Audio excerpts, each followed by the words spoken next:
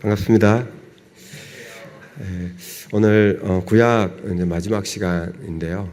저랑 같이 우리 고각으로 우리 구약 성경 한번 보도록 하겠습니다. 열왕기 처음 시작이 다윗 죽는 얘기로 끝나는데요. 재미난 것은 그 열왕기인데 다윗으로 시작하지 않고요, 사울로 시작하지 않고 솔로몬으로 시작하잖아요. 그렇죠? 왜 그랬을까? 저는 참 궁금증을 가집니다. 그래서 그러면 솔로몬 시대 때부터 열왕이라고 왕이라고 그렇게 생각하는가, 뭐 이런 생각을 해보게 됩니다. 아무튼 솔로몬 왕인데 재미난 것은 솔로몬에 관련돼 가지고요, 이제까지 모든 자료를 다 통틀어 가지고 솔로몬은 일단 성경 외에 고대 근동 역사 자료에 한 번도 언급이 안 됩니다. 재미나죠? 그렇게 지혜가 온 세계에 퍼질 정도의 그런 지혜의 왕이 있는데 어떻게 해서 한 번도 언급이 되지 않을 수가 있느냐. 그리고 그의 이름이 있는 어떤 비문이나 어떤 토기 조각이나 뭐 이런 것들이 전혀 아직까지는 발견되지 않았습니다. 저는 앞으로 발견되리라고 생각이 듭니다. 그럼에도 불구하고 역사 자료에 나타나지 않은 것에 대해서는 제가 할 얘기가 있습니다. 뭐냐 하면 주전 10세기로 타임머신을 타고 가게 되면은 그때 당시에 패권을 차지했던 이집트나 메소포타미아가 그렇게 힘이 없었던 시대입니다. 힘이 없었으니까 주변 나라를 넘볼 수 있는 힘이 없었고, 힘이 없었으니까 당연히 접촉이 없었고, 그래서 그런 기록들이 있을 수가 없었던 것이죠. 이제 충분히 이해가 갑니다. 그래서 솔로몬과 관련된 것은 성경 아니면 고각 자료, 이 두 가지밖에 없습니다. 그런데 성경에 의하면은 솔로몬이 한 일을 쭉 나열을 하고 있는데 그 중에 업적이 크게 두 가지가 있습니다. 하나는 뭐냐? 경제고요. 하나가 건설입니다.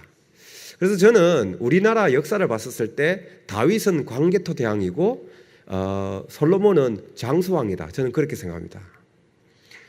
그래서 광개토 대왕이 영역을 이렇게 넓혀놓으니까 수도를 평양으로 옮기면서 이제 나라를 정비하면서 행정 개편하면서 그러면서 이제 부국하게 만드는 그런 것을 장수왕 때 했는데, 저는 마찬가지로 솔로몬 때 그런 때라고 얘기하는데, 그 중에 경제 무역을 위해서 항구 도시 시온 게벨을 갖다가 건설을 했고요. 또 하나 이 건설을 했는데 예루살렘에 있는 성전과 자기 궁전 그를 성벽을 갖다가 건설했고, 또 하나 중요한 도시들을 건설을 했습니다. 오늘 그것을 좀 살펴보려고 합니다. 성전. 성전이 보시다시피 언제 어디서 어떻게 행했느냐, 뭐 이 성경에 나와 있는 내용입니다. 재미난 것은 이 성경에 열왕기에 어디에다가 성전을 건축했느냐는 내용이 열왕기에는 나와 있지 않습니다. 어디에 있느냐? 사실 역대기에 있어요. 모리아산에, 성전산에 건축했다는 내용은 모리아산이라고 하는데 그것은 역대기에 있고 열왕기에는 사실 나와 있지 않습니다. 그래서 열왕기서에 의하면은 성전이 어디 건축되는지가 그렇게 중요하지 않는다, 이제 그렇게 얘기를 할 수 있는데, 재미난 것은 어떻게 건축했느냐. 성전도 그렇고 왕궁도 그렇고 솔로몬 시대 때의 독특한 방식의 건축 방식이 있습니다. 그건 뭡니까?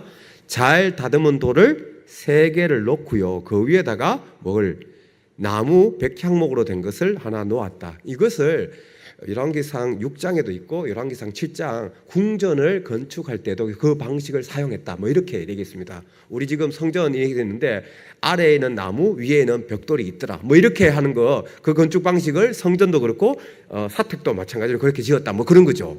예. 재미난 것은 솔로몬 시대 때 여기 머깃도인데요. 머깃도라는 곳을 이렇게 가보면은 주전 10세기 때에 성문이 있습니다. 성문이 있는데 거기서는 잘 안 보이시죠? 보면은 여기 돌이 잘 다듬은 돌, 그 석공 기술자에서 잘 다듬은 돌이 하나, 둘, 3개가 있고요. 그 다음에 그 사이에, 돌과 돌 사이에 공백이 있습니다. 공백이 있어요.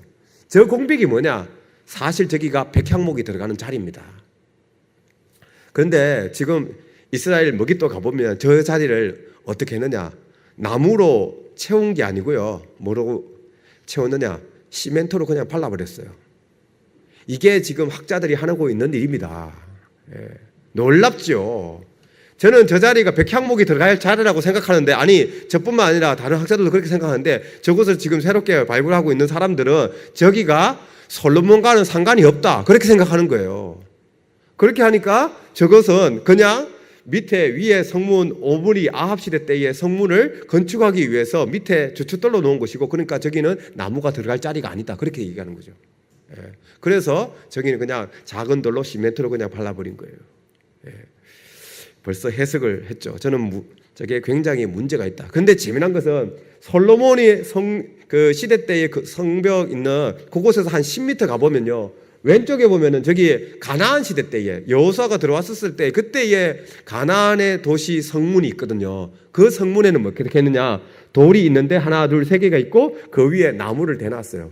거기에 공백이 발견됐거든요. 공백이 발견됐는데 거기에는 나무를 직접적으로 재건을 해놨어요. 가나안 사람들은 그렇게 건축했고 솔로몬 시대 때는 전혀 관관이 없다 그렇게 해석을 했는 거예요. 지금 이것이 사람들이 하고 있는 일입니다. 그 영향을 우리 젊은이들이 영향을 받고 있습니다. 제가 만약에 먹잇돌을 다시 발굴하면은 저기에다가 다시 백향목을 집어넣을 겁니다. 지금 그런 방식입니다. 분명히 그런데 성경은 성전을 지을 때도 왕궁을 지을 때도 잘 다듬은 돌 석공기술자를 썼고, 그 다음에 세 개를 넣고 나무 중간에다가 백향목을 한 켤을 넣었다 그렇게 얘기하고 있습니다. 예루살렘 성전인데요, 솔로몬 성전 예루살렘에 세웠는데 지금 황금돔 있는 저곳이 성전이 있었던 곳이다 얘기하고 있는데, 저곳은 발굴할 수 없습니다. 그러면 저렇게 오른쪽에 있는 저런 그림은 뭐냐, 성경을 바탕으로 재건을 한 겁니다. 그런데 재미나죠. 번제단이 있고 보면은 야긴과 보아스가 있는데 그냥 두 개의 기둥만 이렇게 덩그러니 서 있어요. 그런데 다음 사진을 보면 여기 두 개가 어떻게 되느냐, 요 기둥 바로 그냥 앞에 있는 게 아니라 주랑이 있고, 그 다음에 안에 들어가면은 이제 성소가 있고, 그 다음에 지성소가 들어가 있는 그런 모습입니다. 그런 모습이니까, 그래서 성전이 학자들마다 성전을 재건하는 모습이 각각 차이가 조금씩 납니다. 차이가 나요. 왜냐? 성경에 있는 것을 바탕으로 했을 때 설명하고 있지 않은 부분이 너무 많거든요. 그래서 재건하기 그렇게 쉽지가 않습니다. 어떤 어려움이 있느냐? 이런 어려움이 있습니다. 예를 들면 이런 거죠. 야긴과 보아스가 있는데 이게 그냥 독립적으로 되어 있는 거냐, 아니면 실질적으로 지금 오른쪽 그림에 나와 있듯이 이렇게 지붕으로 같이 연결이 되어 있느냐, 그러니까 건축적인 기능을 했느냐 안 했느냐, 그게 하나가 있고요. 또 하나, 길이가 60규빗 그리고 너비가 20규빗 높이가 30규빗이라고 하는데, 지성소는 20규빗, 성소는 40규빗이라고 하는데, 계산되지 않은 것은 뭐냐? 벽 두께예요. 그럼 벽 두께는 없었냐? 하나도 없었고 그냥 바로 그냥 공간만 있었냐? 그렇지 않고 또 벽이 있었다고 그렇게 얘기를 하고 있잖아요. 그리고 어떻게 그 너비를 얘기했느냐? 벽 두께 포함하지 않고 40규빗, 그 다음에 20규빗 그렇게 돼 있느냐? 아니면 다른 것이 있느냐? 그 백향목의 이 두께는 어느 정도 되느냐? 그거 사실 얘기하고 있지 않습니다. 또 하나, 지성소는요, 성전은 60규빗, 20규빗, 30규빗이잖아요. 그런데 지성소는 어떻게 되느냐? 20규빗, 20규빗, 20규빗으로 정 육면체의 그 크기입니다. 그러면 지붕이 높이가 얼마만큼 차이 납니까? 10규빗 차이 나가잖아요. 그래서 이것에 따라서 사람들은 저렇게 지붕에 10규빗의 높이가 있는 거냐, 아니면은 아예 지붕으로 높이 올리고 그 다음에 경사면을 이렇게 만들어 가지고 지성소로 올라가게끔 그렇게 되어 있느냐? 사실 성경이 얘기하고 있지 않습니다. 그래서 이런저런 문제점들을 안고 있는데, 그래서 성경만으로 안 된다. 어떻게 해야 되냐? 이런 문제를 해결하기 위해서 이제 학자들이 주변 지역을 둘러보기 시작한 거죠. 둘러보아 가지고 솔로몬 성전과 유사한 신전들이 있느냐, 그것을 찾아보는 겁니다. 그래서 찾아보니까 뭐 이런 지점에 저 북쪽에 이렇게 유사한 신전과 솔로몬 성전과 비슷한 신전들이 있더라. 이 지도에서 없는 게 어디입니까? 이집트 쪽이에요. 재미나죠? 전부 다 유사한 신전들은 전부 다 북쪽에 관련돼서 유사한 것들이 있고요.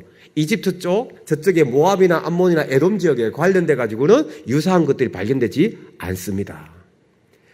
솔로몬이 성전을 지을 때 일꾼들을 어디서 데리고 옵니까? 두로 지역에서 데리고 오잖아요. 그러니까 북쪽에서 데리고 왔기 때문에 그들의 어떤 건축 양식 이런 것들에 영향을 받았을 텐데 전부 다 지금 신전에 유사한 것들이 이렇게 북쪽에 있다는 거, 예, 그거 하나 기억해 주시고요.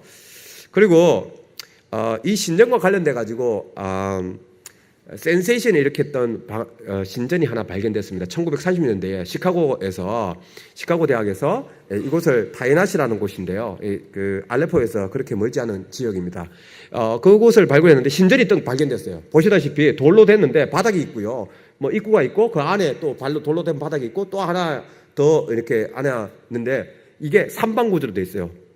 뜰, 울람, 성소, 헤칼, 그 다음에 지성소, 드비르. 해가지고 울람, 헤칼, 드비르 해서 이 삼방 구조로 돼 있고 들어가는 입구에 주랑에 뭐가 있느냐? 기둥 베이스가 있는데 한 개가 발견했는데 왼쪽에 비어 있으니까 저쪽에 한 개가 더 있는 거죠. 그러니까 야긴과 보아스처럼 기둥이 두 개가 있고 주랑이 있고 안에 들어가면은 직사각형 모양으로 성소가 있고 그 안에 들어가면 지성소가 있는 그런 모습이에요. 그래서 이걸 발견하고 난 다음에 솔로몬 성전에 대해서 이제 유사성, 그래서 논문이 엄청나게 출판이 되었습니다. 그래서 예전에는 솔로몬 성전을 성경으로만 해가지고 어떻게 됐는지 모르겠지만 자기 마음대로 그냥 이렇게 그림을 그렸는데 실질적으로 유사한 그림을 고고학적인 것을 바탕으로 해서 이런 그림을 그리게 되었습니다. 야긴과 보아스처럼 두 개의 기둥이 있는데 사자가 엎드려가지고 베이스를 하고 있고 나무 기둥으로 돼 있고 그리고 들어가면서 이렇게 안감으로 해가지고요. 이렇게 지그재그로 해서 계단식으로 해서 들어가게끔 돼 있고 그 다음에 방이 하나 있고 또 이렇게 지그재그로 해가지고 안에 들어가게끔 그렇게 되어 있는 그런 모습을 하고 있습니다. 요거 하나 기억해 주시고요.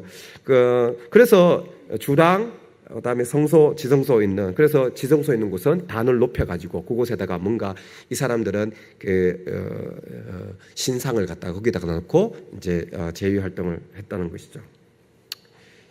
그래서 텔 타이낫을 통해 가지고요 주당은 어떻게 모습이었냐 저렇게 지붕을 뜻받쳤다. 그래서 솔로몬 성전도 아마도 저렇게 지붕을 뜻받치고 이렇게 독립적으로 있는 그런 기둥이 아니라 주랑의 지붕을 아마 뜻받치는 그런 모습이었을 것이다. 이제 그렇게 해서 저 타이낫 신전이 그런 재건하는데 도움을 줬고요.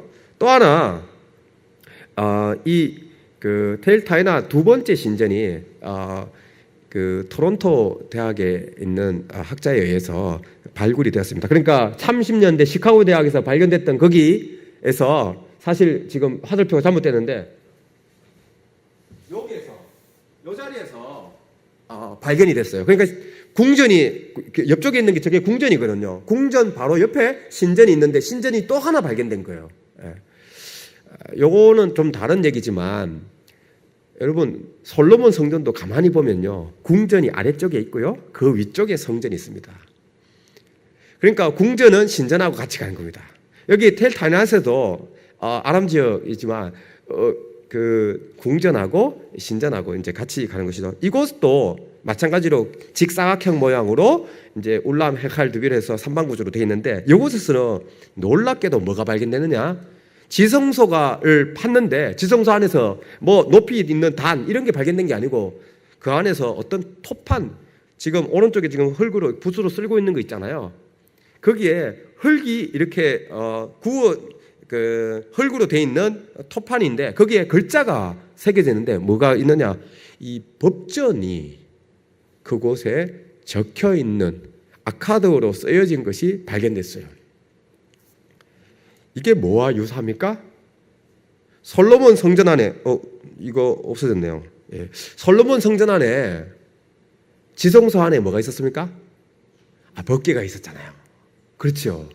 그런데 지금 텔 타이낫 지성소 안에 뭐가 있습니까? 법전이 있잖아요. 예. 이런 유사한 모습이 저기 아람 지역에서도 있었다는 것을 우리가 알 수 있는데 재미난 것은 이 텔 타이낫 신전이 몇 세기 거냐? 주전 8세기 거예요. 그러니까 솔로몬 성전보다 한 200년 이후 시대 거지만 이곳에서도 이제 신전 안에다가 제일 중요한 자리에다가 한 신전은 단을 높여가지고 그곳에다 신상을 갖다 놨지만 한 곳에서는 이제 법전을 갖다가 놓는 그런 모습을 하고 있습니다. 또 하나 말씀이 지워졌네요. 저는 분명히 적어놨는데 아무튼 그 열왕기상 9장 15절에 보면 솔로몬이 건축을 하는데요. 성전뿐만이 아니라 예루살렘에 성벽을 세웠고 중요한 세 개의 도시를 건설했다고 그렇게 기록하고 있습니다. 그 얘기가 앞뒤 문맥을 보면 부역, 강제 노역을 왜 했느냐 그것을 기억하는데 많은 사람들을 부역을 시켜서 건축하는데 그들을 부역할 수밖에 없었다. 이제 그렇게 얘기를 하고 있습니다. 그런데 거기에 예루살렘 말고 세 개의 도시를 얘기합니다. 하나가 뭐냐? 하솔, 하나가 머깃도, 하나가 게셀입니다. 이 도시 세 개 하는데 그래서 처음에 시카고 대학에서 또 시카고 대학에서 머깃도를 발굴했는데 록펠러가 돈을 내가지고 돈 있지 학자 있지 그래서 머깃도를 갖다가 엄청나게 발굴했습니다. 발굴해가지고 발견된 게 뭐냐? 저 성문을 또 발견합니다. 발굴하면서 거기 발굴자가 뭐라고 했는가 하면은 이 성문이 주전 10세기 거고 이것이 바로 9장 15절에 솔로몬이 세웠던 건축했던 바로 그 성문이다, 도시다. 그렇게 얘기를 합니다. 지금 가면 아까 전에 봤던 왜 돌 3개 혀고 이렇게 백향목 공간 있는 그 자리 있지 않습니까? 그 성문입니다. 그런데 이분은 시카고 대학은 그냥 머깃도만 발굴하고 9장 15절만 연결시키고요. 그 뒤편에 있는 앞에 있는 하솔 그리고 게젤과 연결시키지 않았습니다. 그런데 이갈 야딘이라는 분이 어떻게 했느냐? 이분이 처음으로 열왕기상 9장 15절에 있는 내용을 가지고 세 장소를 다 연결시켰어요. 연결시켜 보니까 고학적으로 어떻게 되냐? 이런 사진이 없어졌네요. 네, 그 연결시켜 보니까 어떻게 되냐? 그 하솔에 있는 10번째 주전 10세기 때의 도시 모습하고요. 그 다음에 게셀의 8번째 있는 도시의 모습하고 머깃도에 있는 5번째 또는 4번째 반 거기 있는 거기 도시하고 다 보니까 도시가 유사할 뿐만 아니라 거의 같은 블루프린트 청사진을 찍어가지고 아파트 우리 청구 아파트면 청구 아파트의 그 전형적인 아파트 모습 있지 않습니까? 펜트리움이면 펜트리움의 전형적인 모습 있지 않습니까? 그런 것처럼 이 세 개의 도시에서 솔로몬 시대 때의 도시가 성문 방이 6개짜리고 그 다음에 성벽은 뭐 이렇게 상자 모양 벽이 있는 포각벽이 있는 그런 모양으로 도시를 건설하였다라고 얘기를 했습니다. 고고학적으로 증명을 해가지고 그 구절하고 이렇게 연결을 시킨 것이죠. 네. 그래서 이 야딘의 주장에 대해서 그 이후에 학자들이 이렇게 공방을 했지만 제가 보기에는 머깃도 제외하고 한 부분만 제외하고는 야딘의 의견이 맞다 그렇게 생각이 듭니다. 그러니까 고고학적으로 확인이 된 것이죠. 왜냐하면 유적이 남아 있기 때문에. 그래서 통일왕국 시대의 솔로몬과 관련돼 가지고 간단하게만 말씀드리면 성경 이외에 언급은 없습니다. 그렇지만 그가 활발한 건축을 해서 강제 노역을 했고 이것이 결국은 나중에 왕국을 분열시키는 그런 요인이 되었는데 사실 고고학적으로 보면 하솔 건설했죠. 게셀 건설했죠. 그 다음에 성전 건설했죠. 그 다음에 머깃도 건설했죠. 이런 도시들을 막 건설을 했기 때문에 백성들이 그만큼 허리가 휘어가지고 결국은 왕국이 분열되는 그런 이유를 빌미하기도 합니다. 성경과 관련돼 가지고 지금까지 모든 자료를 다 통합해 가지고 가장 솔로몬 성전하고 유사한 것은 아인다라에 있는 그 아까 전에 보였던 텔 타이낫에서 그렇게 멀지 않은 그곳에서 발견된 신전인데 그거는 주전 9세기 겁니다. 주전 9세기 건데 가장 유사한 것인데 전부 다 아람 지역, 저 북쪽 지역에 있는 것입니다. 그리고 도시 건축했는 거 하솔 머깃도 게셀 그것은 제가 말씀드렸습니다. 자, 그러면 왜? 저의 질문은 이것입니다. 왜 솔로몬이 성전을 건축하고 예루살렘 성벽만 하면 되지? 왜 하솔, 머깃도, 게셀을 지금 화살표 맨 위쪽에 있는 게 하솔이고요. 중간에 있는 게 머깃도고 저 아래쪽에 있는 것이 빨간 게 있는 것이 게셀입니다. 왜 저 장소를 건축했느냐? 그겁니다. 세 도시의 특징, 세 도시의 공통점은 뭡니까? 바로 해변길, 국제도로였던 경부고속도로가 지나가는 장소에 다 있는 겁니다. 그리고 공통적인 건 뭐냐? 주변이 전부 다 농사 지을 수 있는 곡창지대가 주변에 쫙 펼쳐지는 곳입니다. 그래서 그곳에다가 중심 도시를 정해놓고 그곳에 농사를 지어내어서 세금을 거두어서 결국 나라의 경제를 살리고자 했던 그런 것이 있습니다. 그래서 예루살렘에 있으면서 그의 손길이 가지 않는 중앙산악 지역이니까 그의 손길이 가지 않는 슈펠라 지역의 게젤, 이스라엘 평야의 머깃도, 그리고 저 상부 갈릴리 지역의 요르단 평야 지역에 있는 하소를 자기가 건설함으로써 자기의 부하를 그곳에다가 직접 파견을 시켜가지고 그래서 그 주변에서 나는 농사 그런 것들을 갖다가 관장하면서 그래서 나라를 부국하게 만들려고 하는 그런 계획이었다. 그런 것이죠. 그래서 나라가 부국하기는 했지만 백성들은 건축하는 데 힘을 들었던 그런 모습을 우리가 생각할 수 있습니다. 그러니까 실질적인 그런 건설적인 모습을 우리가 생각할 수 있고요. 또 하나 솔로몬과 관련돼서 두로에서 일꾼들을 데리고 오고 백향목도 많이 가져와가지고 어떻게 했느냐, 두로 왕한테 어떻게 합니까? 자기가 갖고 있는 땅 중에 하나를 줍니다. 그래서 성읍들을 20성을 주는데 그 중에 하나가 뭐냐,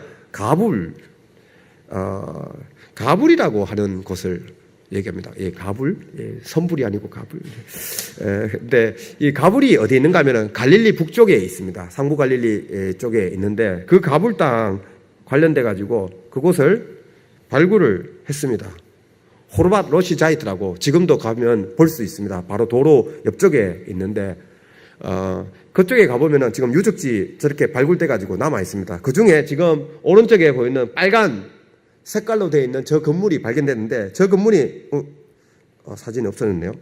네, 거기 건물이 있는데 그 건물 안에서 엄청난 양의 유물이 발견됐습니다. 그 중에 가장 독특하게 발견된 게 뭐냐? 페니키아, 사이프러스 쪽에 있었던 이 수입 토기가 그곳에서 되게 많이 발견됐어요. 그러면 이곳에 있었던 사람들은 어디서 온 사람들이겠어요? 저 북쪽에서 온 사람들이에요. 그러니까 두로시돈 쪽에서 사람들 보내가지고 뭐라고 얘기합니까? 너희들이 일꾼 보내주고 백향목 재료들 줬으니까 우리 소무소금 줄게. 그 중에 가불 땅이라고 했는데 가불을 직접 팠는데 페니키아에 있는 그 사람들의 흔적이, 유물이 잔뜩 저 건물에서 발견된 것이죠. 전부 다 몇 세기 거냐? 주전 10세기 겁니다. 그러니까 갈릴리 지역의 일부 지역 다 뭐 20개가 발견된 건 아니지만 지금 가불 땅은 이제 페니키아 사람들이 그쪽에 있는 두로 사람들이 와가지고 그쪽에 직접적으로 살고 있었다는 것을 우리가 알 수가 있습니다. 또 하나 솔로몬 시대와 관련돼 가지고요 중요한 게 뭐냐, 이 네게브 지역입니다. 네게브 지역은 남방이라고 번역되기도 하고 네겝 그렇게 번역되기도 했는데 사실 저곳에 가보면은 200mm 이하, 어떤 곳은 50mm도 비가 안 오는 아주 황량한 지역입니다. 그런데 저곳에 왼쪽에 보이는 것처럼 저 광야 지역에 네모로 칠해져 있는 저곳에 사람들이 유적지가 막 발견됩니다. 오직 구약시대 때의 주전 10세기 때에 사람들이 살았던 그런 장소가 확인이 되었습니다. 한 50개가 확인됐어요. 그 중에 일부는 발굴이 되는데 발굴된 모습은 뭐냐? 뭐 이런 것들입니다. 보시다시피 우리 서부 영화 같은 데 보면은 이렇게 마차 같은 걸 갖다가 둘로 쳐가지고 그곳에서 야영하면서 사람들 살고 동물들은 그 안에다가 두게 되는 그런 모습이 있는데 그거하고 비슷합니다. 우리 유목민들이 이렇게 텐트를 치고 그 안에는 공용을 하면서 그 동물들을 갖다가 야영시키는 그런 모습인데 그런 것들이 고고학적으로 이렇게 확인이 되었고 또 발굴도 됐고 몇 세기 거냐? 주전 10세기 겁니다. 전부 다. 200mm도 안 오는데 사람들이 이전에도 살지 않고 이후에도 살지 않는데 주전 10세기 때만 저곳에 사람들이 살게 됩니다. 언제? 솔로몬 시대 때. 사람을 강제 이주를 시킨 겁니다. 예, 제가 성경에는 안 나옵니다. 그런데 제가 강제 이주라고 하겠습니다. 왜냐하면은 살지 않는데 사람들을 억지로 그곳에다 갔다가 살게끔 만들어 놓은 거예요. 왜 그랬을까? 이유가 뭐냐? 크게 두 가지가 있습니다. 첫 번째, 여러분 솔로몬 시대 때에 무역을 하기 위해서 중요한 게 뭐냐? 항로, 해상 무역을 통해서 항구를 개척하는 일입니다. 그 중에 하나가 뭐냐? 에시온게벨입니다. 홍해 아래쪽에 있는 에시온게벨인데 그곳에다가 물건을 가져와 가지고 그 물건을 수도지인 헤브론이나 아니면 중심 도시인 헤브론이나 아니면 수도인 예루살렘으로 물건을 가져와야 되지 않겠습니까? 어디를 통해서 가져올 수 있느냐? 네게브 지역을 통해서 가져와야 됩니다. 그러면 어떻게 되냐? 오는 길에 뭔가 사람들 정착지를 만들고 여인숙을 만들고 그래서 물건이 안전하게 유다 왕국 지역으로 들어올 수 있게끔 만들어야 되는 것이죠. 그게 하나가 있고요. 두 번째는 뭐냐? 지금 분논이라고 분논 마인스라고 하는 곳하고 팀나 마인스라고 하는 이 두 개의 두 장소에서 지금 최근에 연구에 의하면은 엄청난 양의 구리 광산이 있는 곳이 확인되었습니다. 딥나는 그 이전에 됐는데 이것이 사실은 솔로몬하고는 상관이 없는 지역이다 그렇게 했는데 지금 최근 발굴에 의해서 분논도 그렇고 딥나도 그렇고 딥나에 예전에 알려진 곳을 다시 발굴했는데 그곳의 발굴 결과가 뭐냐? 그곳에 탄소 14 뭐 이런 것들을 갖다가 해보니까 주전 980년 주전 그러니까 10세기 상반기 때에 그곳에 엄청난 양의 구리를 생산할 수 있는 시설이 딥나에서 확인이 된 겁니다. 그리고 분논에서도 확인이 된 겁니다. 키르베 나하스에도 확인이 된 거예요. 그러니까 주전 10세기 때 엄청난 양의 구리를 생산할 수 있는 시설이 그곳에 있으니까 그 구리를 생산하면은 나중에 녹여가지고 뭐 합니까? 우리 구리하고 아연하고 같이 합쳐가지고 뭘 만들까? 청동을 만들잖아요. 그래서 청동 방패 만들고 청동 검을 만들고 청동 거울도 만들고 뭐 이런 금속 제품을 만들어야 되는 거죠. 그래서 이것을 위해서는 어떻게 하느냐? 이 금속품을 안전하게 이 또 유다 왕국으로 가지고 와야 될 안전한 무역로가 필요한 것이죠. 그래서 네게브 지역이 이전에는 사람이 살지 못하는 지역인데 그곳에다가 사람을 일부러 살게끔 만들어 놓고 그곳에다가 이제 무역로 대상로를 갖다가 확보한 것이죠. 그래서 이 솔로몬 왕은 예루살렘에 있었던 솔로몬 왕은 한편으로 해변길을 지나가는 하솔 머깃도 계절에다가 도시를 건설하고 그곳에 세금을 거두면서 한편으로 해상에 있는 항구를 하면서 해상 무역을 하고요. 그래서 향료를 가져오고 그리고 난 다음에 구리 광산을 통해서 금속 물품을 갖다가 생산하는 그런 활동을 하였던 것입니다. 그러니까 솔로몬은요 굉장히 국제적으로 노신 분이에요. 경제도 굉장히 아주 강력했던 그런 왕입니다. 그런데 이렇게 하기 위해서는 두 가지가 필요합니다. 첫 번째, 사회적으로 안정돼야 됩니다. 사회적으로 안정되지만 폭동이 일어나면 일을 못하죠. 두 번째, 외교적으로도 안정돼야 됩니다. 외교적으로 안정되기 위해서는 어떻게 하느냐? 국제 결혼을 많이 한 거죠. 옆에 있는 누구 공주하고도 저쪽에 있는 공주하고도 결혼하고 저쪽에 있는 공주하고도 결혼해가지고 결국은 주변 사람하고 다 평화롭게 해야만 결국은 어떻게 됩니까? 국제적으로 물건도 팔게 되고 하는 것이죠. 그러면서 어떻게 되느냐? 이방에 있는 종교의 영향력이 고스란히 남유다에 이제 침투하게 되는 겁니다. 그래서 솔로몬의 그 말미에 그런 그 기록들이 결코 우연은 아닙니다. 그러니까 고국적으로 보면은 솔로몬 시대 때 이런 경제적인 부를 누리기 위해서 결국은 도왔던 수가 오히려 그 솔로몬을 갖다가 악영향을 미치게 되는 그런 모습을 알 수가 있습니다. 솔로몬의 아들 르호보암이 왕이 되자마자 희한하게도 성경은 분명히 기록합니다. 헤브론은 안 가고요. 뭐 베일세바 이쪽으로 안 가고 어디 가냐? 북쪽으로 뜁니다. 북쪽으로 가가지고 세겜에 가가지고 내가 왕이 되었으니 내 말 잘 들어. 뭐 이렇게 얘기를 합니다.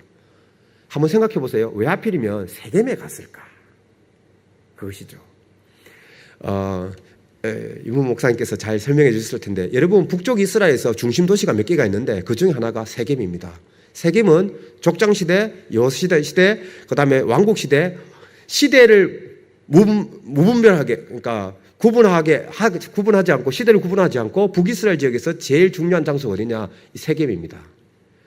세겜이 왜 이렇게 중요하냐? 가보면 압니다. 세겜 딱 가보면은 주변이 전부 다 광활한 중앙산지인데 그 옆에 광활한 평야가 있습니다. 그래서 뭐 경제적인 부는 곧 권력이 되니까 뭐 그렇게 되는데 아무튼 세겜에 뭐 채찍 뭐 얘기하고 뭐 정갈 얘기하면서 결국 북이스라엘이 갈라지게 되고요. 그러면서 왕국이 갈라지게 되니까 그 다음에 이야기가 나오는데 열왕기에는 기록되고 있지 않는데 역대기에 보면 15개의 성읍을 유다와 베냐민 지역에다가 성읍을 건설했다고 그렇게 돼 있어요.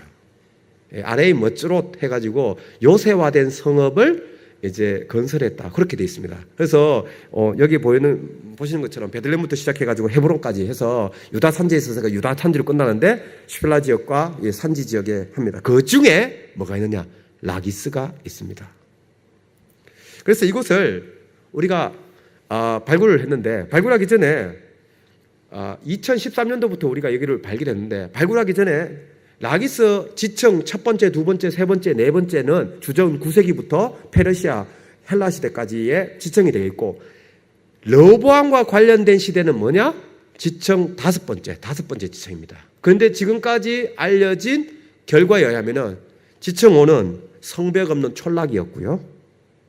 두 번째, 공공건물이 없고요. 논란이 있지만 공공건물이 없다고 얘기했고, 그 다음에 연대는 이게 의견이 나눠집니다. 르호보암 시대 거다, 아니면 그 이전 거다, 아니면 그 이후 거다. 뭐 이렇게 논란이 있습니다. 그런데 저희들이 발굴하기 전에 2013년도, 17년도까지 작년까지 발굴했는데, 유무모 박사님께서도 오셨지만 방문하셨는데,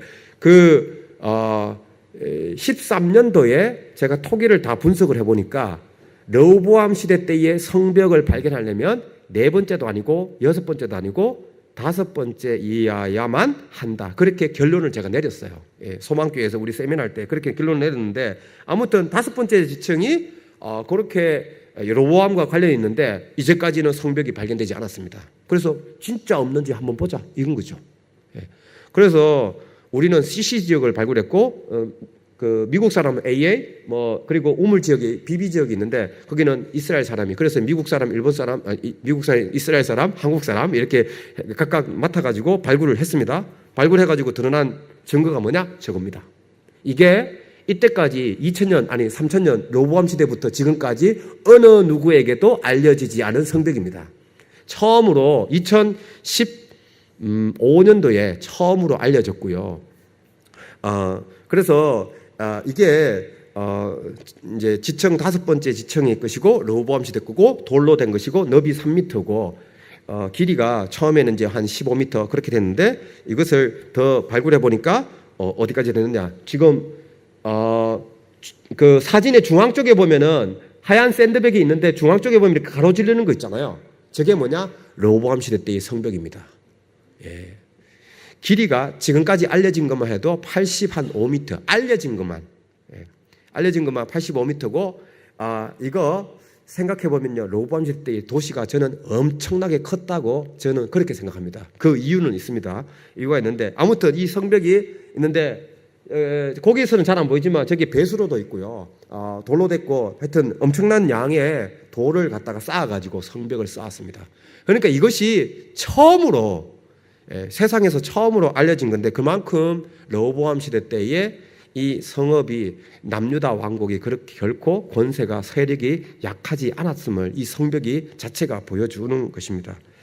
그래서 저것을 파가지고 이제 보시다시피 성벽 1이 느헤미야 시대 때에, 느헤미야 11장 30절에 보면 라기스가 언급되어 있거든요. 그때 성벽이 되겠고, 시티월 2, 요게 예레미야와 관련된 성벽입니다. 예레미야 34장 7절에 보면은 아세가하고 라기스가 남았다고 바벨론 쳐들어올 때 그 성벽이 되겠고, 그 밑에 있는 지청 4와 3의 이 성벽이 히스기야, 아마샤 요때 시대 때에 있었던 6m짜리 거대한 성벽이 있습니다. 진흙으로 된 성벽인데, 그 밑에 왼쪽에 보면 지청 5의 돌로 된 성벽. 그래서 청리학적으로 보면은 1, 2, 3, 4, 5 이렇게 딱 되고, 밑에 6은 가나안 시대 때의 도시가 딱 발견이 됩니다. 그래서 부인할 수 없는 사실이고요. 그래서 성벽은 발견돼서, 그래서 그리고 르호보암 시대 때에 성벽으로 둘러싸여진 라기스가 도시였다는 것을 처음으로 우리가 알렸고요. 그러면 사람들은 어떻게 살았는데, 그래서 그것을 알기 위해서 저 아래쪽에 동쪽으로 이렇게 달려가지고요, 저거 지역에서다가 이제 또 발굴을 했습니다. 발굴을 해가지고 성벽이 계속 연장되는 것을 이렇게 발견했고요. 그래서 85m라는 것을 저희들이 얘기했고, 거기에 사람 사는 집들이 가옥이 발견이 되었습니다. 제가 놀라운 거는 시기 때, 아니 요 전 시기, 저쪽에를 발굴하고 있을 때 이문 목사님께서 오셨어요. 팁을 끌고 오셔가지고, 그래서 저희 나무 밑에 가가지고요, 뭘 얘기했는가 하면 사방 가옥 구조를 얘기했어요. 유튜브에 올리셨더라고요. 그걸 얘기했어요. 얘기했는데 그때는 발견이 안 됐거든요. 그런데 우리가 그 다음에 2016년도, 17년도에 발견된 게 뭐냐? 희한하게도 사방 가옥 구조가 라기스에서 발견이 된 거예요. 놀랍지 않습니까? 이호 목사님하고 얘기했는데 어떻게 사방 가옥 구조를 저도 모르게 얘기를 했는데 라기스에서도 이것이 발견이 된 거예요. 베르셰바에 가보면은 사방 가옥 구조에 의한 도시 그 계획을 봅니다. 그런데 그와 같은 모습이 라기스에서도 발견이 됐습니다. 재미난 것은 기둥으로 된 이 사방 가옥 구조가 발견됐는데 벽이 하나, 두 개가 발견됐고 세 번째 것은 일부만 됐고 네 번째도 일부가 발견됐는데 이 가옥의 넓이가 제가 재봤는데 정확하게 10규빗입니다. 가옥과 가옥의 넓이가 정확하게 10규빗이고 중간중간에 뭐가 있느냐, 이 기둥을 가진 그런 집구조가 발견된 거예요.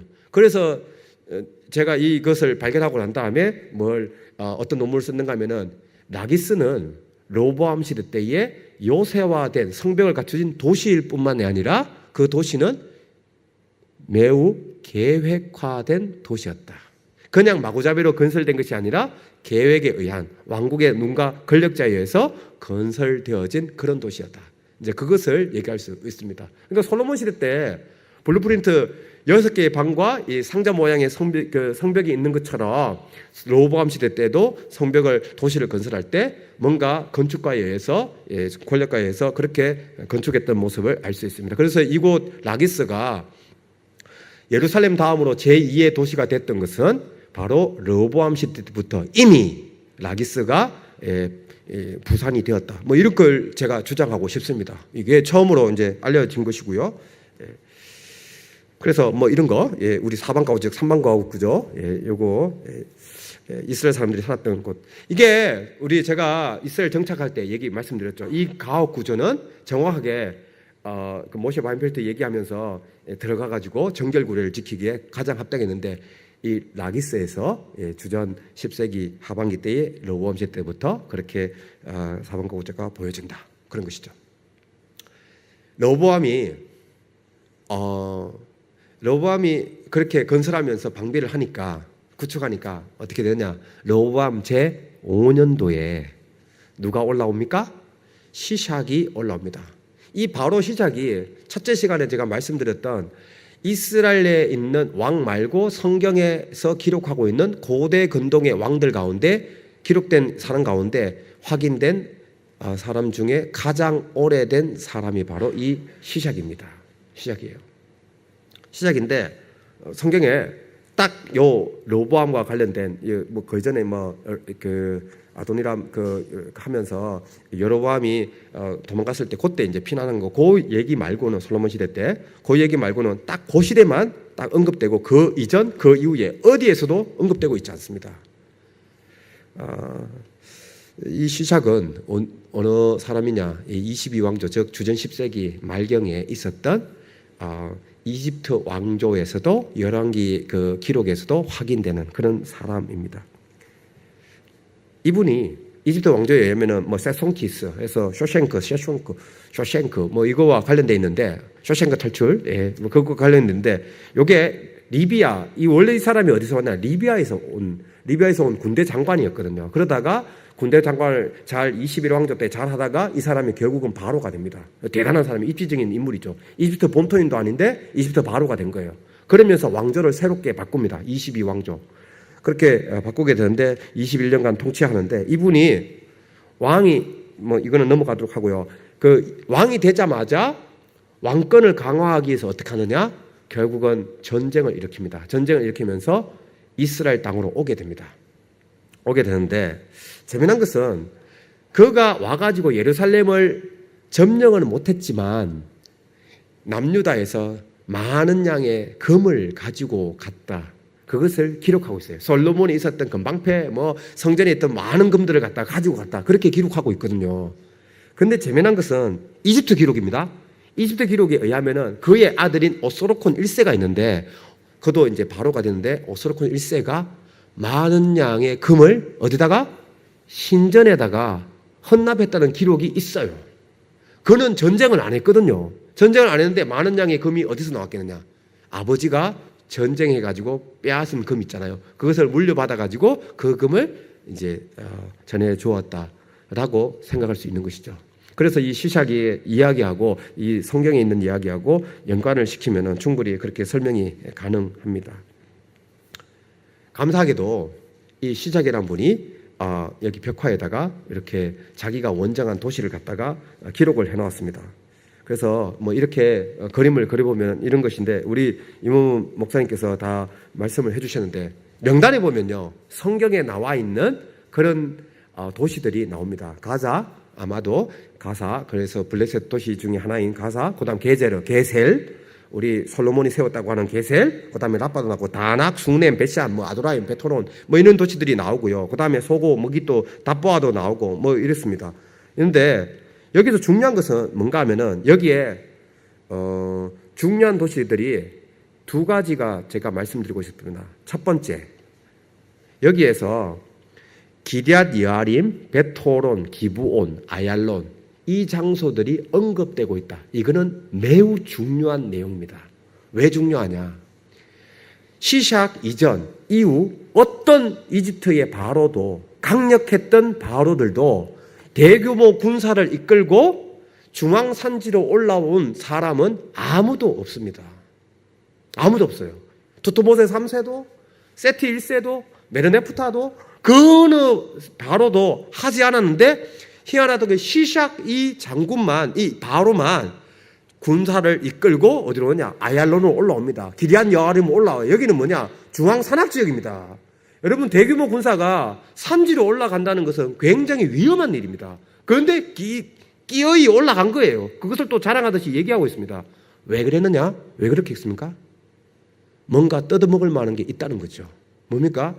뭔가 강력한 정치 집단, 깨부숴야만 한 어떤 집단이 있다는 거고, 그리고 경제적으로 약탈할 수 있을 만한 세력이 중앙산악 지역에 있다는 겁니다. 이 자체가 이미 시샥 이전에 중앙산악 지역에 왕국이 있었다는 것을 분명히 보여주고 있다는 것입니다. 그것이 누가 세웠습니까? 다윗 솔로몬이 세운 것이죠. 그래서 이 내용이 굉장히 중요하고요. 두 번째, 여기에 디르사가 있습니다. 디르사. 사마리아는 없습니다. 여기에 뭐가 있느냐? 디르사가 있는데, 여러분 처음에 왕국이 분열되고 난 다음에 사마리아가 북이스라엘 왕국의 처음부터 도시였습니까? 아닙니다. 그때 당시에 수도는 어디였습니까? 디르사였잖아요.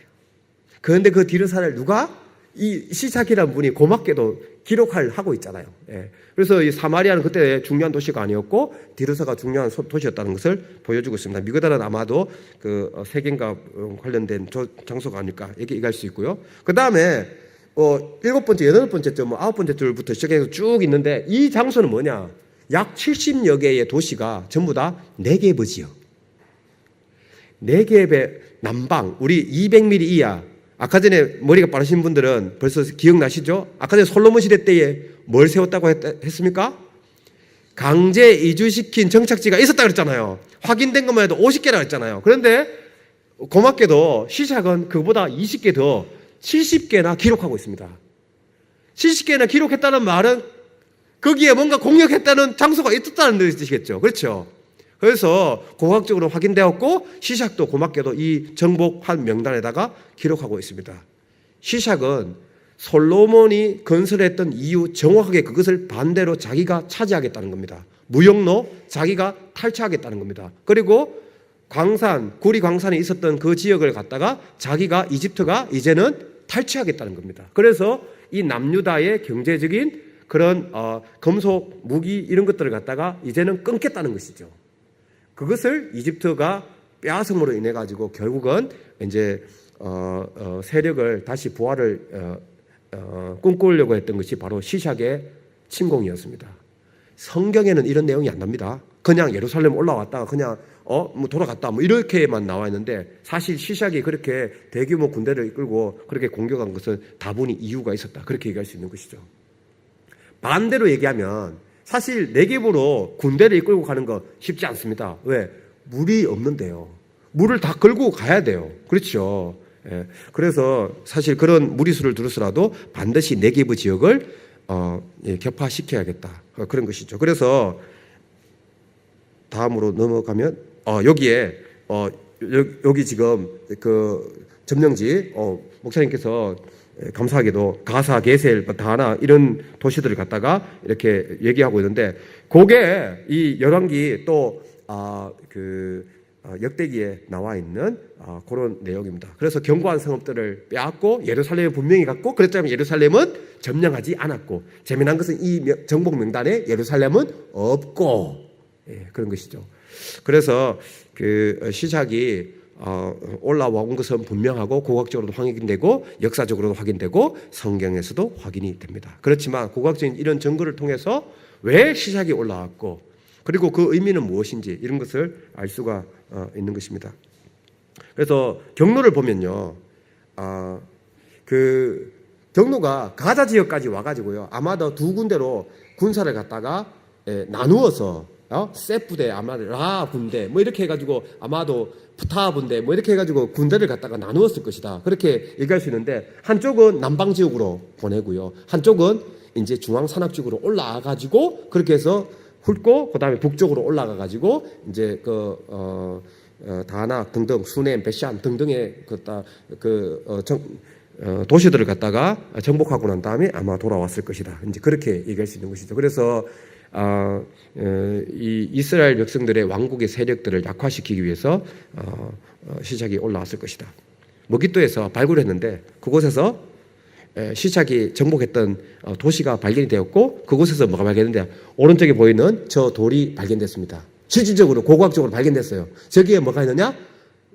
쇼생크, 그 시샥의 이름이 있는 카르투시가 발견된 겁니다. 그래서 그것을 재건을 해보니까 오른쪽이 이렇게 면이 됐으니까 오른쪽에 있는 저 노란색으로 되어 있는 저런 비문의 일부였고 거대한 비문을 아마 새겼고 그 밑에다가 뭐 자랑하듯이 했는데 그것이 다 깨져 가지고요. 그렇게 해서 일부만 그렇게 발견이 된 것입니다. 실질적으로 정복을 해 가지고 이제 머깃도에다가 성리 비문을 그렇게 세우게 된 것입니다.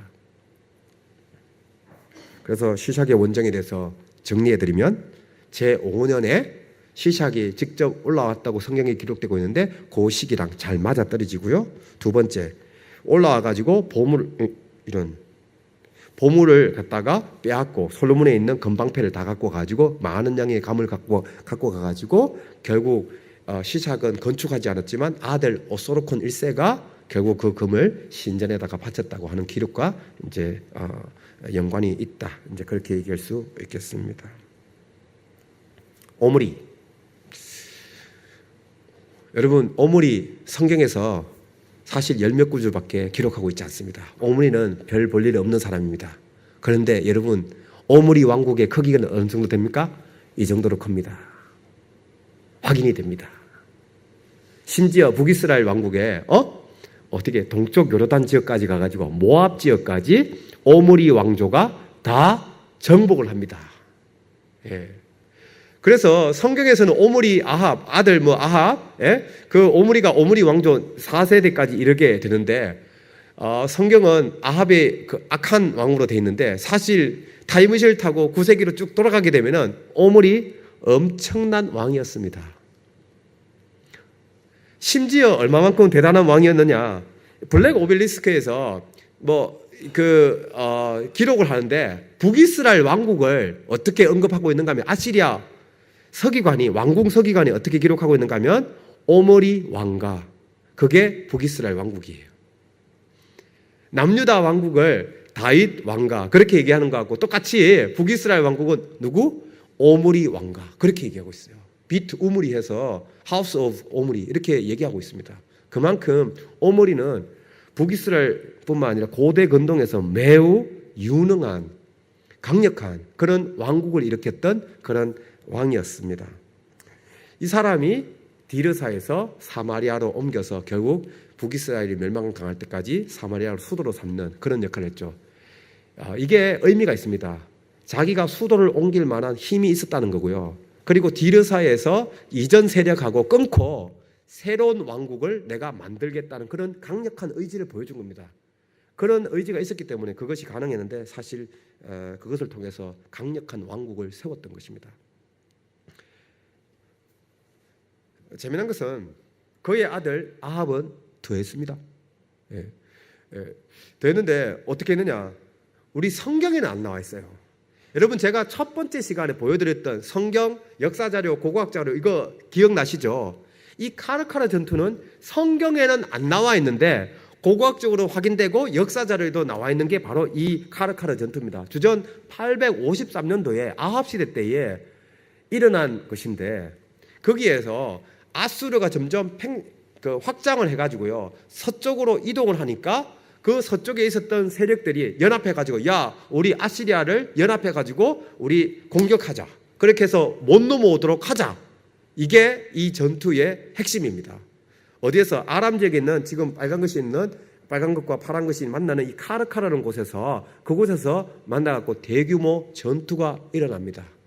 그때 12명의 왕들이 군사를 보냅니다. 마차를 보냅니다. 낙타 부대를 보냅니다. 그런데 전투를 했는데 누가 이겼느냐?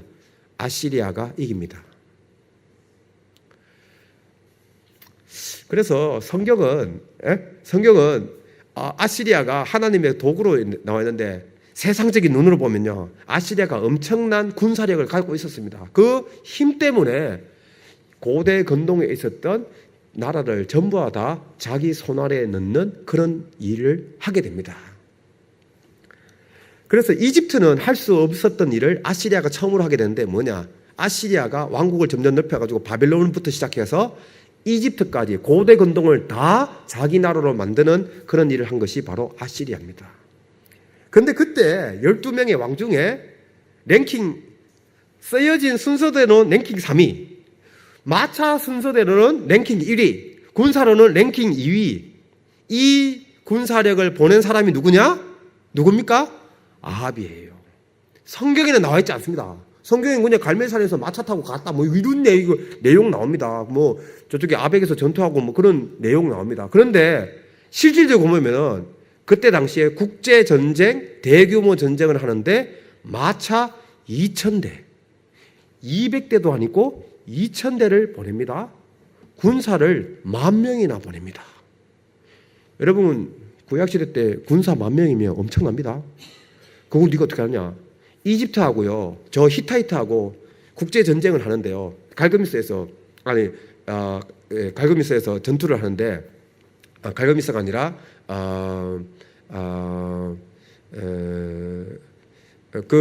케데시에서 전투를 하는데 1274년에 전투를 하는데, 그때 당시에 대제국이 전투를 하는데요, 히타이트 쪽에서 한 2만 명, 여기 이집트 쪽에서 한 2만 명, 그게 세계 전쟁이었어요.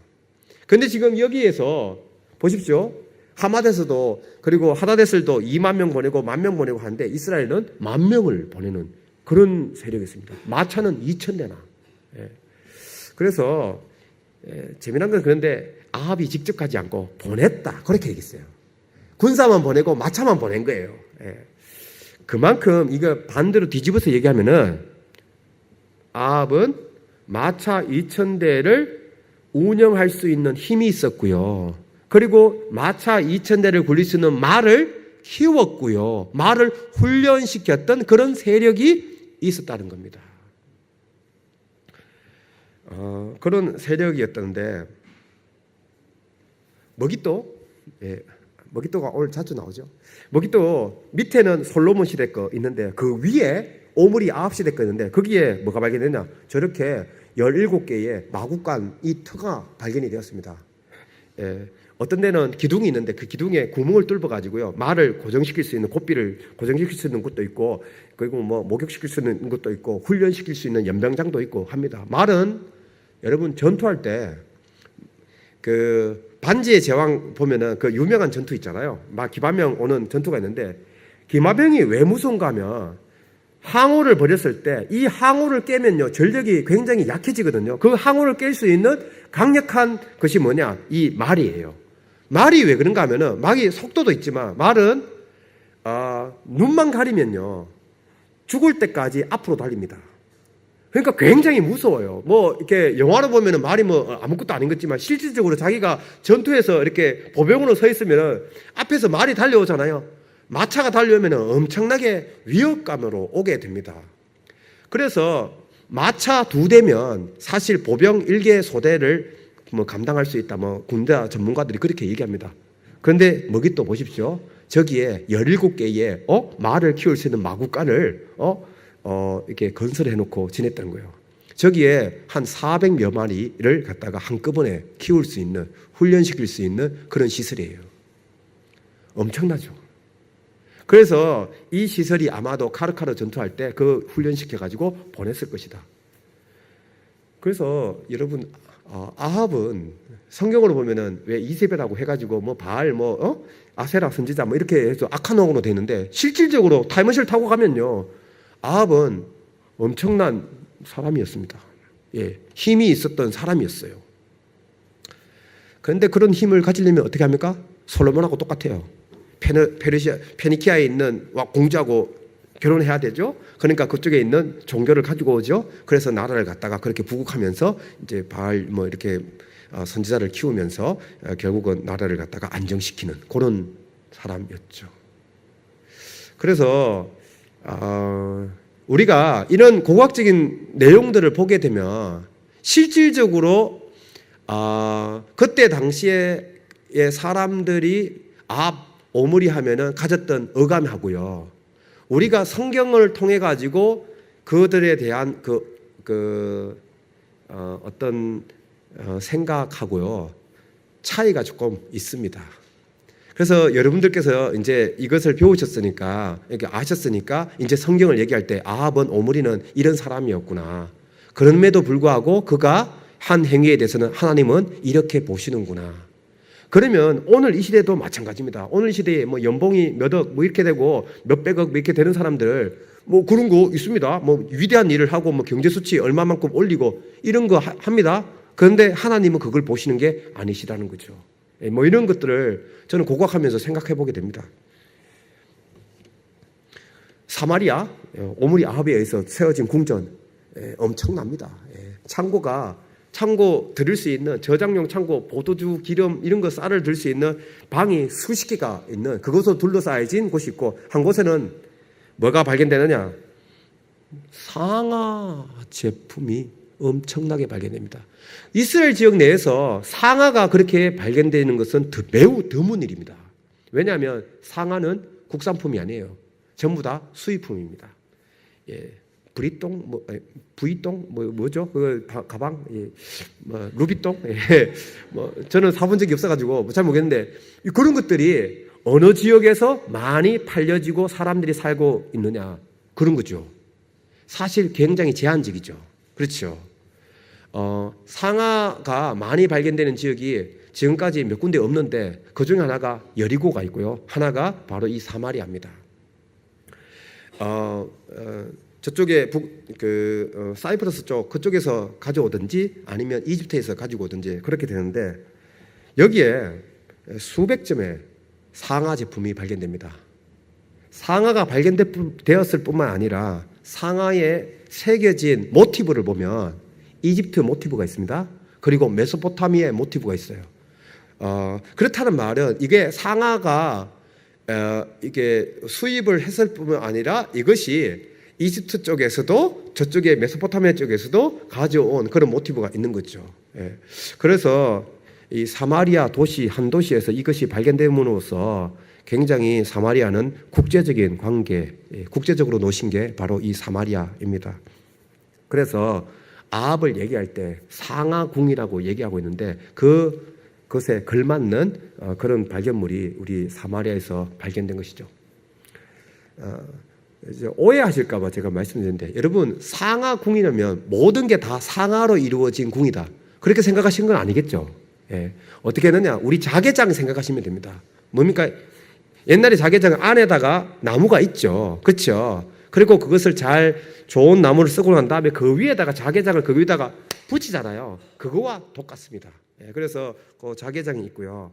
하나 제가만 더 말씀드리고 넘어갈 텐데, 왼쪽 아래쪽에 보면 저 그림이 있는데, 저 뭐 창문에 있는 여인 그 모티브인데, 그래서 뭐 이제벨 창문에서 이렇게 화장하다가 이렇게 떨어뜨려서 죽는 그 이제벨하고 연관이 되는데, 저 모티브를 가진 상아로 된 제품이 어디서 발견되느냐? 아시리아에 있는 수도에서 발견됩니다. 코르사바드, 님루드, 뭐 이런 지역에서 발견이 됩니다. 그런데 심지어 어디서 발견되느냐? 아수르반니팔. 아수르반니팔은 저기 이집트까지 정복한 아주 대단한 왕입니다. 그 아수르반니팔의 침대를 또 받치고 있는 받침 있죠. 그 받침에 뭐가 있느냐? 상아로 된 저 모티브가 있습니다. 그러니까 그 모티브가 전 세계적으로 몇 개 없어요. 몇 개 없는데 지금 어디서 발견됐고요? 사마리아에서. 예. 그래서 아주 국제적으로 놓으신 거예요. 그것도 아주 뛰어나게 놓으신 거죠. 예. 그래서 굉장히 뛰어난 물품을 갖다가 이 사마리아가 가지고 있었다. 원시 요올리안 요것은 상하로 요 형태를 갖고 있는데 왜 이게 중요한가 하면 우리 교회 건물에 보면은 기둥이 있고요. 기둥 옆에다 그냥 이렇게 서로 연결시키는 것을 우리 철근해가지고 시멘트로 했잖아요.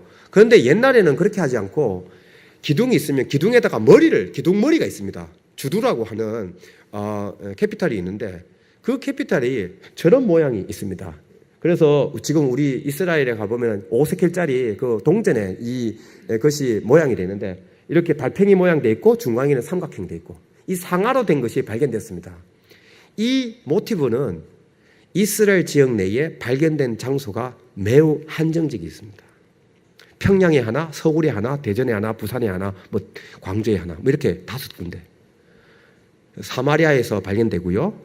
예루살렘에서 발견되고 하솔에서 발견되고 머기도에서 발견되고 그리고 라마나켈이라고 예루살렘 남쪽에서 5군데에서만 발견되었습니다. 이 기둥머리가. 그래서 이런 기둥머리가 5장소에서 발견했는데 상하로 이 모티브가 장식돼 가지고 발견된 것은 오직 사마리아에서만 발견됩니다. 그만큼 사마리아는 굉장히 보국했던 그런 장소입니다. 제가 왜 말씀드리는지 생각해 보시기 바랍니다. 또 하나 아합 시대와 관련돼 가지고 중요한 장소가 마지막에 이세벨이 죽은 데가 어디입니까? 이스라엘이죠. 이스라엘. 왜 이전에 이스라엘 아합 시대 이전에는요 이스라엘이라는 도시가 안 나타납니다. 갑자기 뜬구름없이 이스라엘이라는 도시가 등장하게 돼요. 왜 그랬느냐? 그 이전에는요 이스라엘 평야 저기 오른쪽에 그림에 보면은 이스라엘이 있는데 이스라엘 주변 쪽에 전부 다 뭐냐? 밭입니다. 밀밭이에요. 농사 지을 수 있는 지역입니다. 그래서 이 이스라엘 옆에 있는 이 이스라엘 평야를 차지하는 자가 부를 얻고요. 이 부를 차지하는 자가 곧 권력을 얻습니다. 그래서 이스라엘 평야가 굉장히 중요합니다. 왜 엘리야가 바알하고 전투할 때 갈멜산으로 올라가서 전투했느냐? 갈멜산 올라가 보면요 압니다. 갈멜산에서 보이는 게 뭐냐? 넓은 광활한 이 이스라엘 평야가 보입니다. 이게 3년 기근에 의해서 다 말라버린 거죠. 너희들이 먹고 살기 위해서 바알 신 이렇게 넘어갔는데 봐라. 그 속에서 그게 야훼하고 바알 신하고 이렇게 전투를 하게 되는 거죠. 그런데 왜 이 아합 시대에 와서는 이 이스라엘 평야에다가 저 도시를 세웠느냐? 그 전에는 머깃도에서 이스라엘 평야를 관할을 했습니다. 그래서 솔로몬도 그곳에다가 했지 않습니까? 그런데 오므리 아합 시대 때는 이 머깃도 가지고 성이 안 차는 거예요. 이스라엘 평야 한 복판에다가 도시를 세웁니다. 그리고 그 주변에 있는 도시들을 농토를 갖다가 자기 손에 집어넣겠다. 그렇게 해서 세워진 도시가 뭡니까? 이스라엘이에요.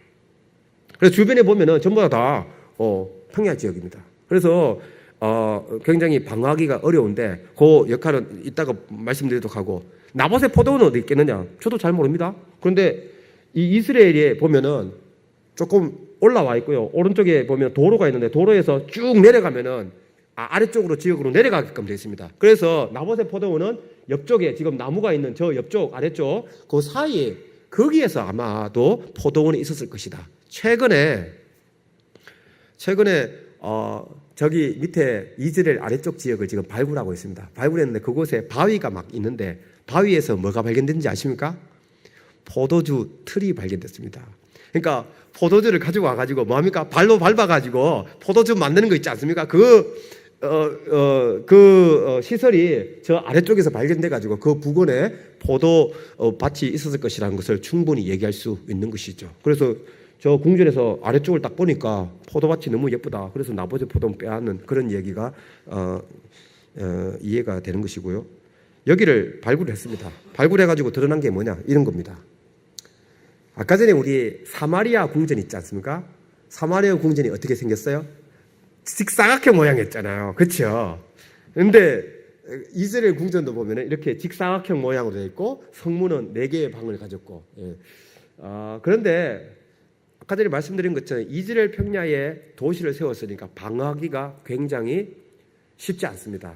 그것을 위해서 어떻게 했느냐? 성벽을 세웠고요. 망대를 4군데다가 세웠는데 해자라는 것을 깊이 판 해자를 성문 들어오기 전에 또 파가지고 오른쪽에 보시다시피 이렇게 깊이 해자를 만들어서 함부로 적군들이 들어와가지고 이 이스라엘을 공격하지 못하게끔 그렇게 만들었고, 그 옆에다가 이제 버팀벽을 만들고 미끄럼 벽을 놓고 그 위에다가 이제 성벽을 맨 외쪽에다가 세운 것입니다. 그러니까 적군들이 침입하기가 그렇게 쉽지 않게끔 그렇게 만들어 놓은 것이죠.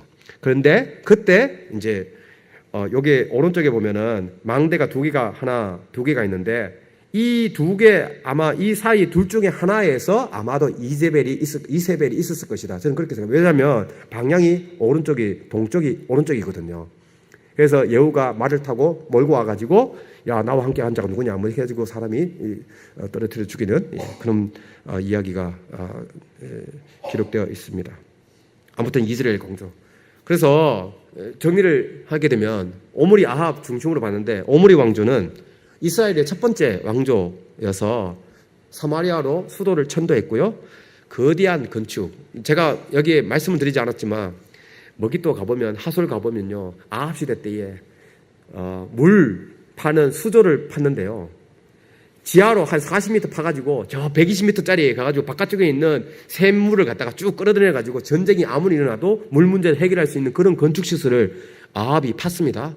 심지어 하솔 같은 경우에는 저 밑에 수맥이 있는데 파기 전에 저 아래쪽에 물이 있다는 것을 압니다.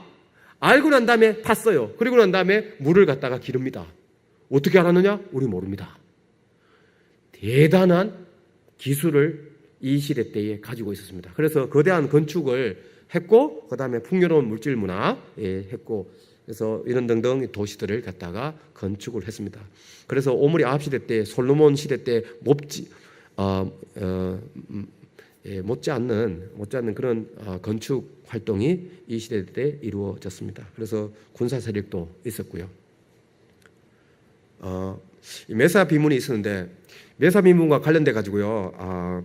제가 프린트해서 나눠 드릴 텐데 제가 다음 주에 나눠드리도록 하겠습니다. 오늘 그 내용까지 다 하려면은 근데 요 모아방 메사 비문이 굉장히 중요해요. 예. 왜냐하면은 성경에 딱 한 번 언급되어 있어요. 메사. 그 이전에도 없었고 그 이후에도 없었고. 성경에 이런 것들이 되게 많습니다. 그래서 그 시대 때에 딱 언급이 되어 있는데 그 시대와 관련된 역사 기록이나 고고학적인 자료가 있다. 놀라운 거죠. 예. 아까 전에 제가 시샥 얘기했지 않습니까? 이 메사도 마찬가지입니다. 메사가 열왕기하 3장에 나와 있는데 모압왕 메사다. 모압 지역에 있었던 메사다. 있는데 양을 치는 자다. 여러분 이거 이해되십니까? 왕인데 양을 쳐? 왕은 그냥 궁전이 있어가지고 다스리잖아. 그렇죠? 그런데 희한하게도 양을 치는 목자처럼 그렇게 얘기하고 있습니다. 그런데 양을 치는 양이 장난이 아닙니다. 조공을 바치는데 양 10만 마리, 순양 10만 마리 틀을 양하고 뭐 털을 갖다가 이스라엘 왕에게 바쳤다. 뭐 이런 얘기를 하고 있습니다. 그 이스라엘 왕이 누구냐? 아합, 오므리 이 시대 때 뭐 되는 것이죠. 그래서 왜 바쳤냐? 아까 전에 지도에서 본 것처럼 북이스라엘이 모압 지역까지 전부 다 정복해서 지배했기 때문입니다. 그래서 조공을 받은 것이죠. 그러고 난 다음에 아합이 죽은 후에 뭐 반역했다. 그런 것이죠. 그런데 19세기 중반 때에 뭐가 발견됐냐? 저 비문이 발견된 거예요. 이름하여 메사 비문. 모압 지역에서 발견됐기 때문에 모압 비문이라고 합니다. 저곳에 엄청난 내용이 들어있습니다. 어떤 내용이 들어있느냐? 다음 주에 제가 보여드리도록 하겠습니다. 괜찮겠습니까? 다음 주에 제가 분명히 보여드리겠습니다. 주전 8세기 때 중요한 왕이 누구냐? 히스기야 왕입니다. 요 히스기야와 관련된 게 사실은 고고학적으로 발견되기 이전에 골동품 상에 의해 가지고 인장이 하나 발견됐습니다. 발견됐는데 거기에 뭐라고 써있나? 히스기야라고 써져 있습니다. 근데 이게 문제가 뭐냐? 고고학적으로 발견되지 않고 이것이 골동품 상에 있기 때문에 만들어졌는지 확실하지 않은 거예요. 그런데 최근에 예루살렘을 발굴했습니다. 발굴했는데 그곳에서 뭐가 나왔냐? 왼쪽에 있는 인장이 발견됐습니다. 1cm밖에 안 됩니다. 1.2cm. 그런데 거기에 뭐라고 써있느냐? 레 히스기야후 멜렉 야후드 예후드 이렇게 돼 있고요. 히스기야후 다음에 그 다음에 벤이라는 아들이라는 말은 없는데 아하스의 아들 히스기야 그리고 유다 왕이라는 글자가 저 인장에 있습니다. 그런데 그 사이에 뭐가 있느냐? 보시다시피 날개가 있는 저 문양이 있어요. 저 문양이 뭐냐? 왕정 문양입니다. 그래서 문양도 그렇고요. 그리고 쓰여진 글자도 유다 왕 히스기야를 지칭하는 겁니다. 이것이 고고학적으로 예루살렘에서 발견됐습니다. 글자가 몇 세기 거냐? 주전 8세기 거예요. 그래서 여기에 몇 년 전에 발견된 거고요. 또 하나 그 인장이 히스기야 인장이 발견된 그 장소에서 1년인가 2년 이후에 뭐가 발견됐냐? 오른쪽에 있는 이 인장이 발견됐습니다. 오른쪽에 한 절반은 뭐 이렇게 안 되게 깨졌는데요. 그 위에는 이제 문양, 뭐 새나 아니면 동물이 있고요. 흔한 그 모티브입니다. 그 밑에 어떻게 되어 있느냐? 레 이사야후 이사야에게 그리고 그 밑에 뭐라고 했느냐? 나비 예언자 이런 뜻이 있습니다. 둘 다 주전 8세기 글자로 써져 있습니다. 그래서 이게 이사야 선지자를 얘기하는 거냐 아니냐 뭐 이게 이사야를 얘기하는 게 아니다. 나비가 사람일 수 있다. 뭐 이렇게 뭐 논쟁을 하는데 그럼에도 불구하고 이것이 같은 장소에서 주전 8세기 글자로 한 사람은 이스라엘 남유다의 왕 아하스의 아들 히스기야를 얘기하고 있고 한쪽에서는 나비 선지자라는 이름을 가진 이사야를 얘기하고 있습니다. 그래서 주전 8세기 때에 히스기야하고 이사야는 같은 시대 때 있었던 사람이다. 뭐 동시대의 인물이다. 예루살렘에 있었다. 그걸 얘기할 수 있는 것이죠. 쿤텔 아주르드 요거는 넘어가도록 하겠습니다. 이모 목사님께서 말씀하셨기 때문에 넘어가도록 하고요. 여러분 아라드가 있는데요. 아라드에 솔로몬 아까 전에 성전과 관련돼 가지고 성전사는 발굴할 수 없지만 그럼에도 불구하고 이스라엘 지역 내에 솔로몬 성전과 유사한 것들이 있습니다. 어디에 있느냐? 네게브 지역에 바로 아라드가 있습니다. 아라드가 어디 있느냐? 지금 여기 있습니다. 브엘셰바가 여기 있고요. 브엘셰바에서 동쪽으로 가면은 우리 아라드를 만날 수 있는데 아라드에 50m, 51m짜리 저렇게 정사각형으로 된 건물이 발견되는데 그 건물 안쪽에 뭐가 있느냐? 성전이 있습니다. 제가 신전이라고 하지 않고 성전으로 얘기했습니다. 성전이 발견했는데 그 성전 안에 뭐가 발견됐느냐? 보시다시피 그릇도 발견되고 뭐 번제단도 발견되고 지성소도 발견되고 그리고 글자도 발견되는데 그 글자 안에 한 글자는 잉크로 써있는데 뭐라고 되어 있는가 하면은 베이트 아도나이 즉 야훼의 성전, 야훼의 집이라는 글자가 적혀져 있어요. 그러니까 이것은 뭡니까? 누구를 위한 거예요? 야훼의 성전이에요. 주전 9세기 때 세워져 가지고 언제 파괴되느냐? 주전 7세기 때 파괴됩니다. 누구에 의해서? 요시아에 의해서 파괴됩니다. 지방 성소를 없앴잖아요. 그렇죠? 근데 재미난 것은 저기 옆에 있는 제사장의 방에서 제2에 썼던 물건들이 그릇들이 발견되는데 그곳에 카도시, 거룩한, 성결된 뭐 이런 글이 있고요. 그 다음에 코프가 있는데 코헨 또는 카프 해가지고 드려진 그 재물과 관련된 그런 글씨가 이게 발견이 됩니다. 그래서 이것은 분명히 제2에 관련된 어떤 공물을 드리든지 아니면 헌주를 드리든지 뭔가 제2와 관련된 거예요. 번제단 있는데요. 번제단 크기가 가서 여러분 재보시면 압니다. 팔로 이렇게 재보면 정확하게 5개고요. 옆으로 5개고 높이는 정확하게 3개입니다. 즉 5규빗, 5규빗, 3규빗이에요. 그러니까 크기가 정확하게 솔로몬의 성전에 있었던 제단하고 번제단 크기하고 똑같습니다. 다듬지 않았고요.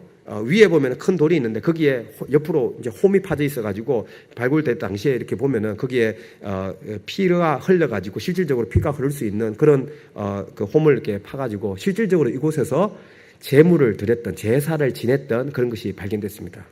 제가 그걸 얘기하려고 하는 게 아니라 맨 오른쪽에 보면 지성소 자리에서 이게 번제단에 있었던 장소 뜰 안쪽에 보면 직사각형 모양으로 성소 안쪽으로 툭 튀어나온 게 뭐냐? 지성소예요. 지성소인데 그 지성소 자리에 뭐가 있느냐? 계단이 있습니다.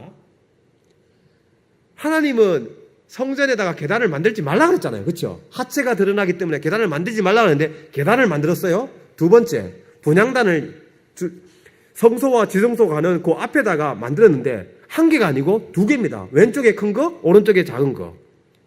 그리고 안쪽에 가보면 또 돌기둥을 세웠는데 큰 거, 작은 거 이렇게 짝으로 돼 있어요.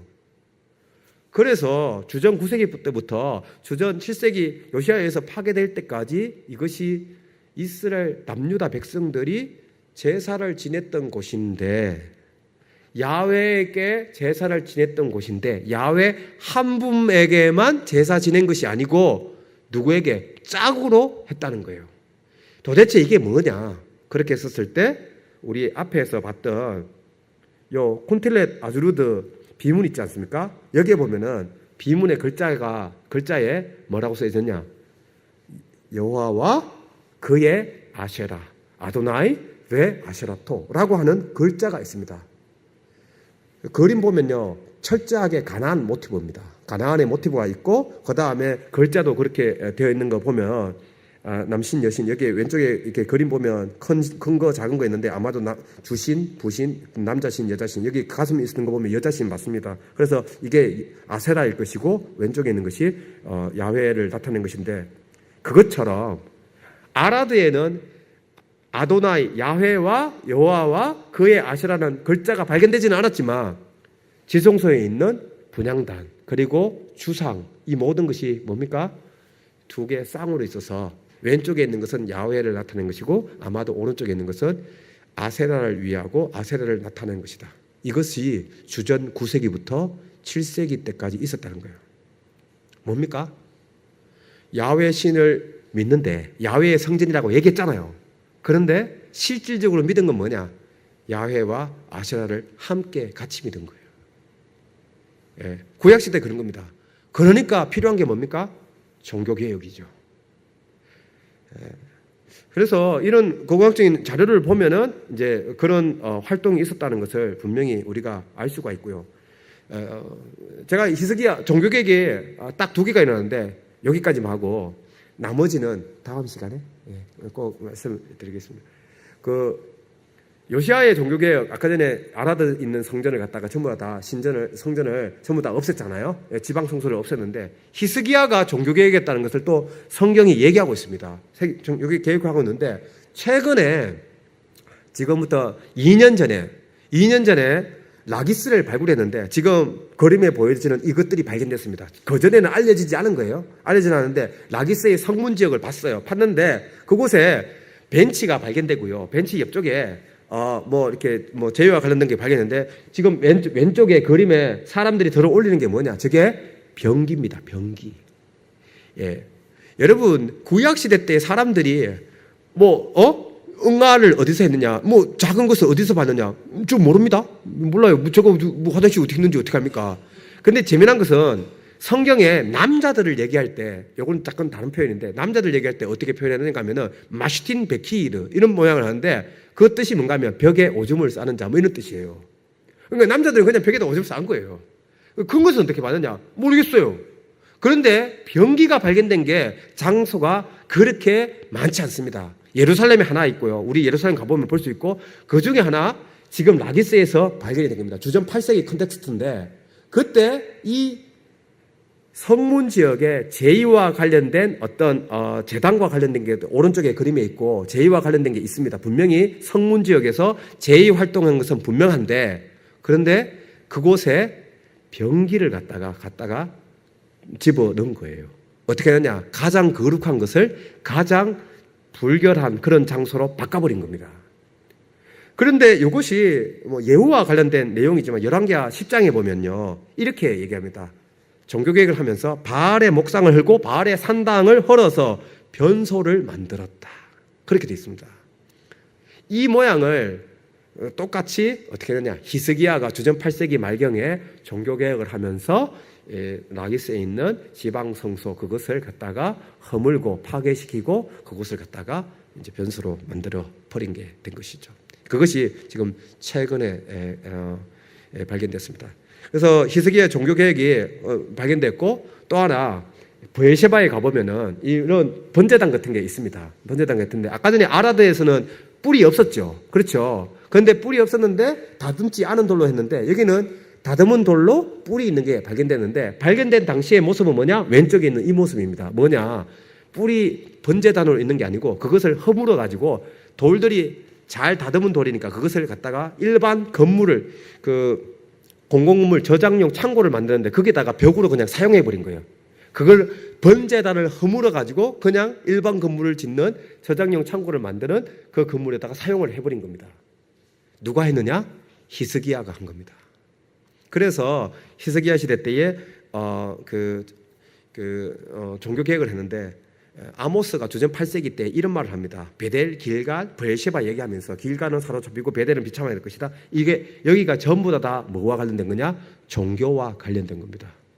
밑에 있는 사마리아 우상 얘기고 단 내신들 뭐 얘기하는데 브엘셰바가 위하는 것이 살아있음을 맹세하느라. 브엘셰바에서도 분명히 종교 시설을 주전 8세기 아모스 시대 때 있었다는 걸 얘기하는데, 그 제단을 누가? 히스기야가 종교 개혁을 하면서 그것을 허물면서 결국은 제단을 허물고 이제 일반 건물로 사용하게 되는 그런 것을 하게 된 것이죠. 그래서 이제 성경에는 그냥 뭐 종교 개혁을 했다, 산당을 허물고 뭐 이렇게 주상을 허물고 아세라상 목상을 찍고 했다고 하는데, 그런 구체적인 행동이 뭐냐? 저는 제단을 허물고 일반 건물하고 변소로 만들고 뭐 이런 성전을 갖다가 없애고 하는 모양을 우리에게 확실하게 이제 얘기할 수 있는 것입니다. 제가 원래 그 남유다 왕국 끝나고 포로기까지 얘기했는데 하려면은 우리 한 9시 반까지 해야 되기 때문에 오늘은 여기까지, 목사님 여기까지 해도 괜찮겠습니까? 예, 남아있는 건 다음 주에 하도록 하겠습니다. 예. 감사합니다.